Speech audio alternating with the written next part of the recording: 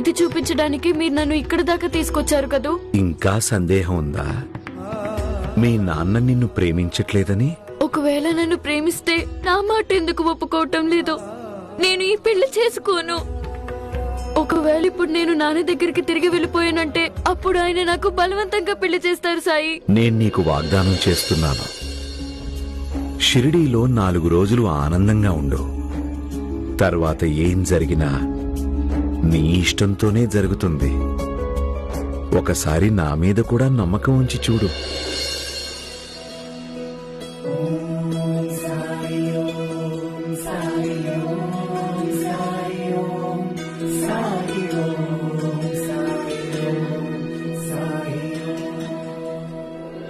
సదా సుఖీ భవ.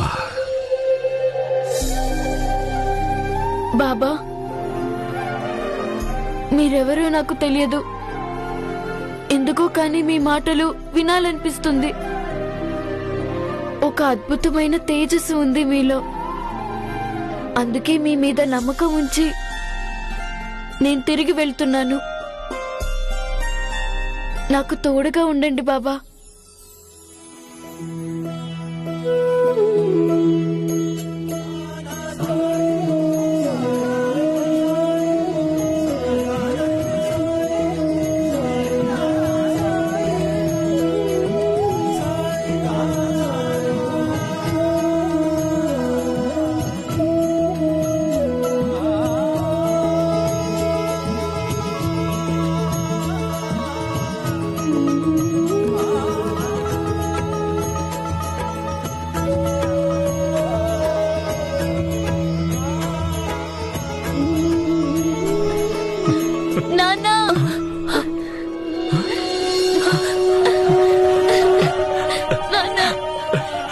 రజ్జు, ఎక్కడికి వెళ్ళిపోయావు నువ్వు?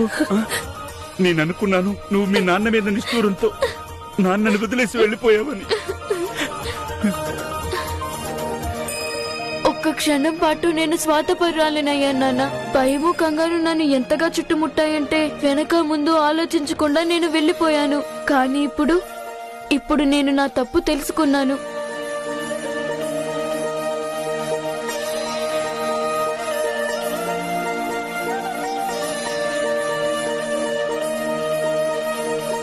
ఇప్పుడు మీరు ఎలా చెప్తే అలాగే చేస్తాను నేను. రజ్జు, ఉన్నట్టుండితే మార్పు ఎలా వచ్చింది తల్లి? ఇప్పుడు అర్థమవుతోంది. వియ్యంకుడు గారు షిరిడిని ఇంత విశేషంగా ఎందుకు భావిస్తారు? షిరిడి పొలిమేరలోకి రాగానే అంతా మంచి జరుగుతోంది. ఇప్పుడు త్వరగా పదండి, తొందరగా షిరిడి చేరుకుని సాయి ఆశీర్వాదం కూడా తీసుకోవాలి. పద పద తల్లి, పద.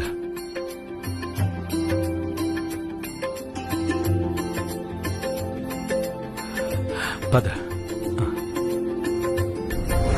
బాబు, ఏం చేస్తున్నావు నువ్వు? అసలు ఏమైంది నీకు? ఇలా ఎవరైనా చేస్తారా? ఏ నేరమైతే నువ్వు చెయ్యలేదో దాన్ని నీ నెత్తి మీద వేసుకుని నీకు నువ్వు ఎందుకు కష్టాన్ని కొని తెచ్చుకుంటున్నావు చెప్పు? మీకు అసలు నిజం తెలీదు నాన్న. మీకు నా మీద నమ్మకం ఎక్కువ. నన్ను మర్చిపోండి నాన్న. ఊరికి తిరిగి వెళ్ళిపోండి. నా గురించేం బాధపడద్దు మీరు. లేదు బాబు, బాధపడకుండా ఎలా ఉంటాను? నీ తండ్రిని నేను. మన దారిన మనం వెళ్తున్నాం, సాయి మూలంగా ఇరుక్కున్నాం.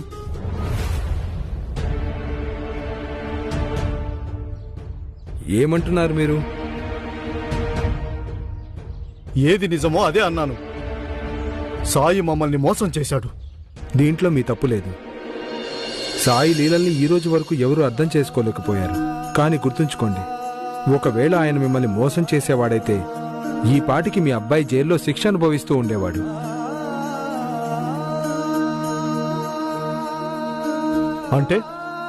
అంటేనా?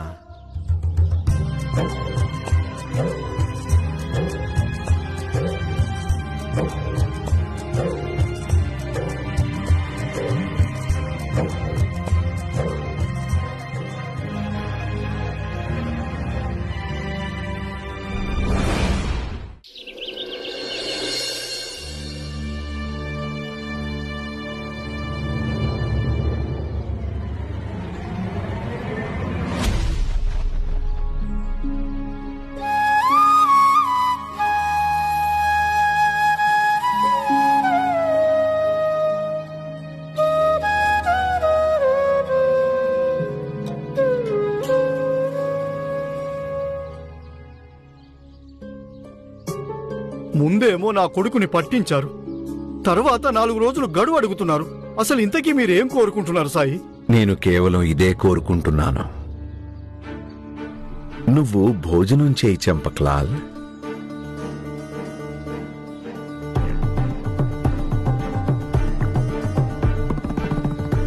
నేను చెప్పానుగా, ఎప్పటి వరకు నీకు ఆశాకిరణం కనిపించదో అంతవరకు నువ్వు భోజనం చేయనన్నావు. ఇప్పుడు ఆశాకిరణం కనిపిస్తుంది చంపక్లాల్. అక్కడ చూడు.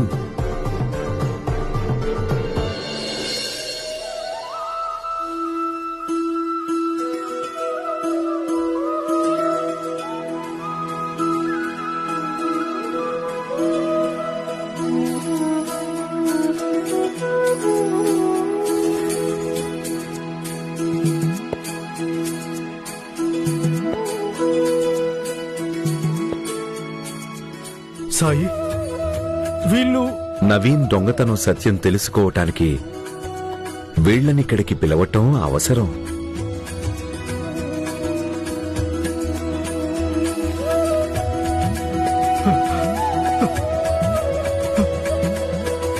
వీళ్ళని మీరే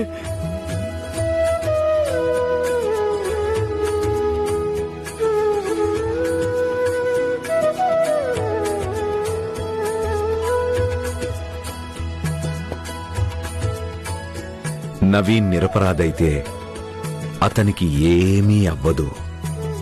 నేను నీకు మాటిస్తున్నాను చంపక్లాల్. సాయి, నాకైతే తెలియదు మీరేం చేస్తున్నారో, కానీ మీరు శివశంకర్ని ఇక్కడికి తీసుకొచ్చారు. ఇప్పుడు నాకు ఒక నమ్మకం కుదిరింది, మీరు నా కొడుక్కి న్యాయం ఖచ్చితంగా జరిపిస్తారని. ఇప్పుడైనా భోంచేస్తావా?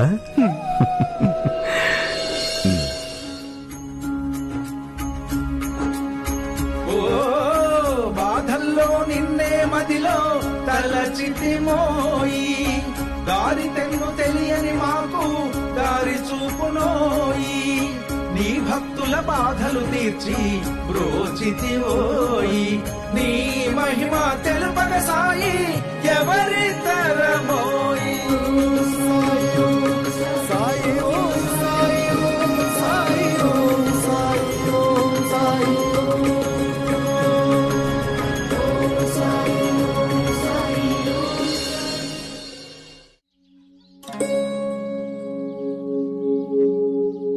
మాలిని, ఒక పని చేద్దాం. దీక్షిత్ నిలయానికి వెళ్దాం, అక్కడ గది తీసుకుందాం. ఆ తర్వాత వెళదాం సాయిబాబాను దర్శించుకోవడానికి. అలాగే. నేను దీక్షిత్ నిలయం చిరునామా కనుక్కొనొస్తాను. ఆహా.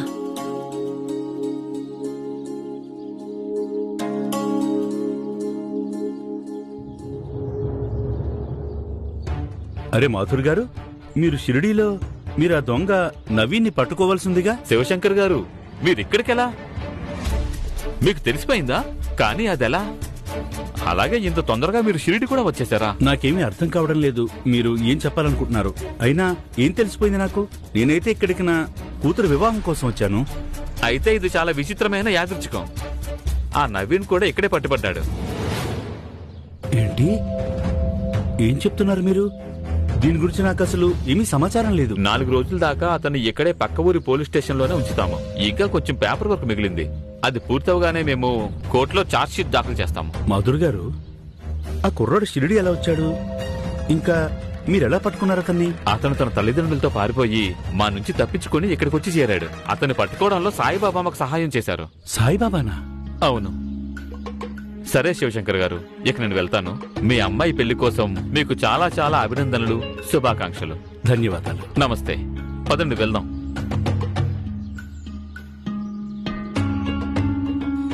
మాలిని,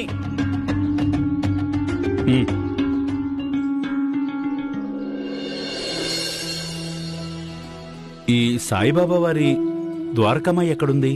ఇక్కడ నుంచి తినగా వెళ్లి కుడిపక్కకు తిరగండి, అక్కడ ఉంటుంది ద్వారకామాయి. అలాగే, ధన్యవాదాలు. మాలిని, నేను అనుకుంటున్నాను ముందు వెళ్లి సాయిబాబా దర్శనం చేసుకుందామని. ఎలాగూ మన వియ్యాల వరకు ఆయన గురువు కదా. మీ ఆలోచన చాలా బాగుందండి. వియ్యాల వారు కూడా సంతోషపడతారు. ఇప్పుడు మనం సాయికి గౌరవిస్తే. పదండి.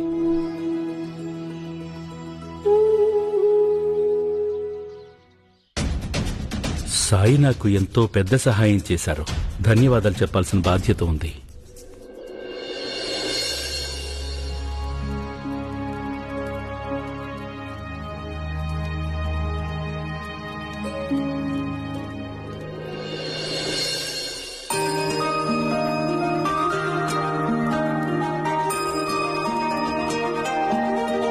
రండి శివశంకర్ గారు, ద్వారకామాయికి స్వాగతం.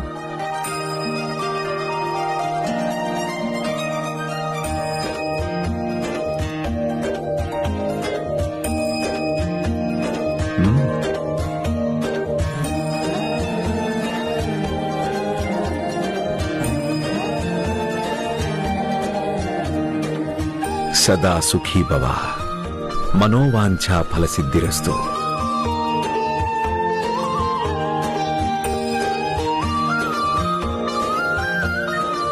రాముడు మీకు మేలు చేయాలి.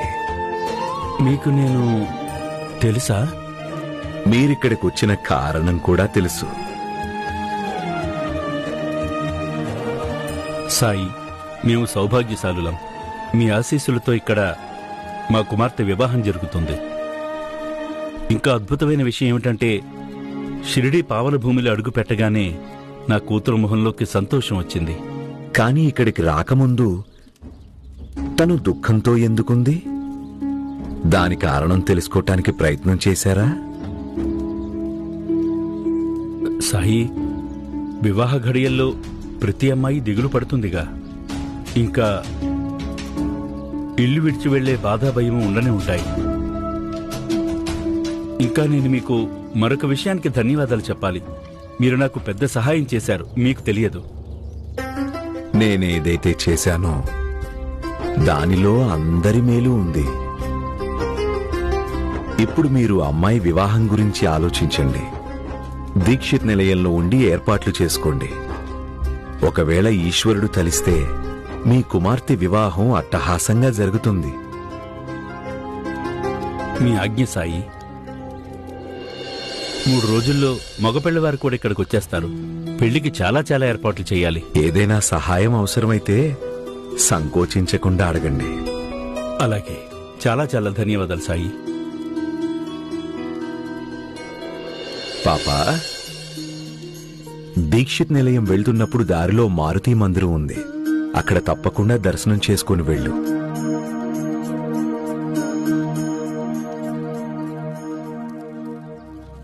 ఒక పక్కన సాయి చెప్తున్నారు నా మనసులోదే జరుగుతుందని, ఇక మరో పక్క నా పెళ్లి గురించి మాట్లాడుతున్నారు. మరి సాయి ఎందుకు నాకు ఆశ పెట్టారు? వెళ్తాం సాయి. మీ భక్తులను ఆశీర్వదించండి. మీ కరుణా కటాక్షాలను సదా అనుగ్రహించండి.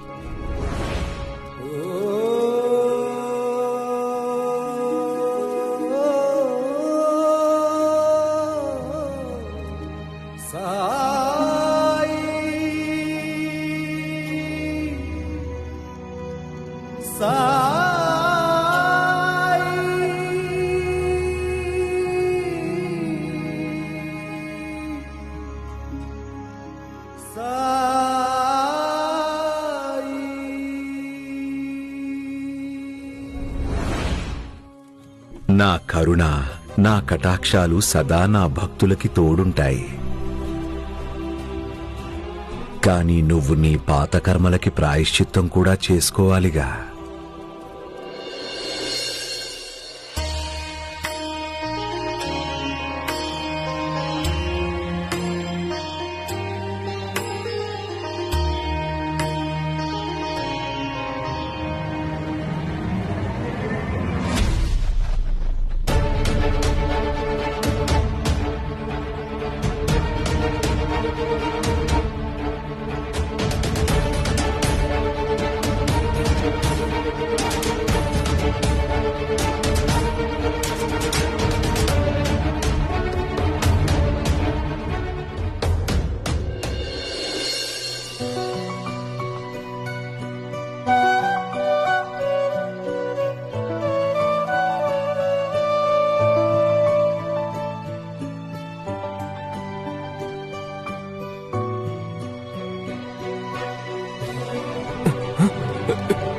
రాజు, ఏం చేస్తున్నావు నువ్వు? ఎవరైనా చూస్తారు. మనం ముందే అనుకున్నాంగా ఇంటి దగ్గర మాట్లాడుకోకూడదని. ఎవరైనా ఇప్పుడు చూశారంటే కంగారు పడకు, ఇంట్లో ఎవ్వరూ లేరు. అయినా నేను నీకు ఇది ఇవ్వటానికే వచ్చాను. ఇది మన ప్రేమకి గుర్తు.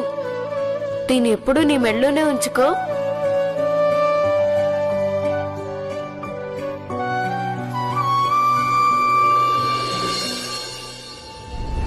దీక్షిత్ నిలయం వెళ్తున్నప్పుడు దారిలో మారుతి మందిరం ఉంది. అక్కడ తప్పకుండా దర్శనం చేసుకుని వెళ్ళు. సాయి నన్ను ఇక్కడికి పంపించటం, ఇంకా నవీన్ గుర్తు నాకు ఇక్కడ దొరకటం, నేను సంతోషంగా ఉండాలని సాయి ఆశీస్సులు. అంటే దీని అర్థం అంతా నా మనసులో ఉన్నదే జరగాలని. ఇది సంకేతం ఇప్పటికీ ఇంకా ఆలస్యం అవ్వలేదని, ఇంకా నమ్మకం ఉందని.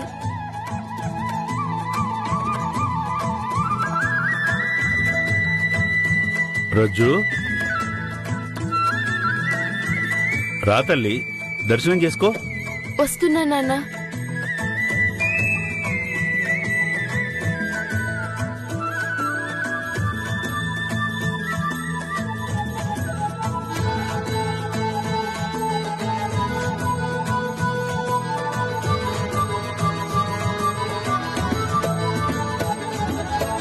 అసలు ఏముంది అందులో?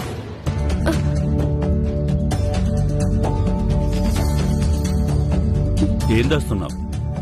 ఏం లేదు నాన్న. చేతులు చూపించు.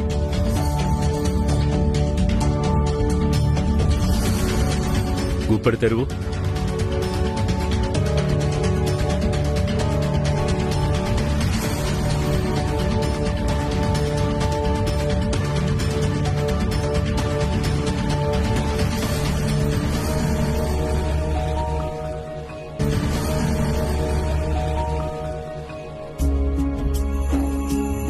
ఏమీ లేదుగా, మరెందుకు దాస్తున్నావు? నేను అదేగా చెప్పాను, ఏం లేదు నాన్న అని. అది నాకు చేతులు కొంచెం నొప్పిగా ఉన్నాయి, అందుకే నేను గుప్పడి బిగించి పెట్టాను. నీ చెయ్యి నొప్పిగా ఉందా? దీక్షిత్ నిలయానికి పద, నేను మందు రాస్తాను. ఉమ్. రా. ఏమైపోయింది?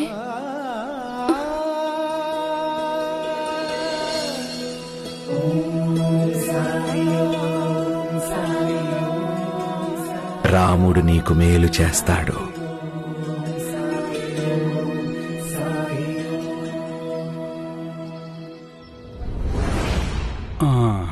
పోలీసులు అతన్ని పక్క ఊరు స్టేషన్లో పెట్టారట. మంచికి అసలు రోజులే లేవు. మీరు అతనికి అంత మంచి ఉద్యోగం ఇచ్చారు, కానీ అతను మన ఇంట్లోనే దొంగతనం చేశాడు. ఇంకా తెలుసా నీకు? వాణ్ణి సాయిబాబాయే పట్టించారట. సాయిబాబానా? మెల్లిగా మాట్లాడు, రజ్జుకు తెలియకూడదు ఆ అబ్బాయి ఇక్కడే షిరిడీలో ఉన్నాడని. తనకిది కూడా తెలీదు. మనకి తన గురించి నవీన్ గురించి అంతా తెలుసని. నిజం చెప్పనా, తనని అలా ఉదాసీనంగా చూస్తుంటే మనసు చాలా బాధగా ఉంటుంది. వాడు సర్వనాశనమైపోవాలి. వాడికి నగలు కావాలంటే దోచుకెళ్లాల్సింది. మన అమ్మాయిని మోసం చేయాల్సిన అవసరం ఏముంది? ఇప్పుడంతా మంచి జరుగుతుందిలే. మెల్లమెల్లగా రజ్జు కూడా మనం మర్చిపోతుంది. దొంగతనం నిజం తన ముందుకొస్తుందిగా. నాకు నమ్మకం ఉంది రజ్జు కూడా ఇప్పుడు మన అసహ్యించుకోవడం మొదలుపెట్టుంటుందని.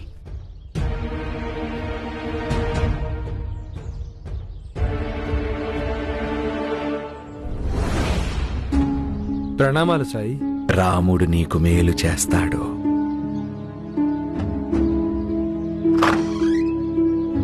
నేను మిమ్మల్నే కలవడానికి వస్తున్నాను. నాకొక తమ్ముడున్నాడు. వాడు ఇటీవలే బొంబాయికి వెళ్లి చదువు పూర్తి చేశాడు. రేపు వాడికి ఉద్యోగం కోసం మొదటి ఇంటర్వ్యూ. నేను మిమ్మల్ని ఆశీస్సులు అడగటానికి వచ్చాను. దిగులు పడొద్దు భగవాన్ దాస్. ఈశ్వరుడు తలుచుకుంటే తనకి ఉద్యోగం దొరుకుతుంది. నువ్వొక పని చేయి, రేపుదయం మారుతి మందిరంలో హారతిలో పాలు పంచుకో. సంకటమోచనుడు నీ తమ్ముడి కార్యాన్ని విజయవంతం చేస్తాడు. అలాగే, తప్పకుండా సాయి. సరే సాయి, నేను వెళ్తాను. రేపు తప్పకుండా వస్తాను.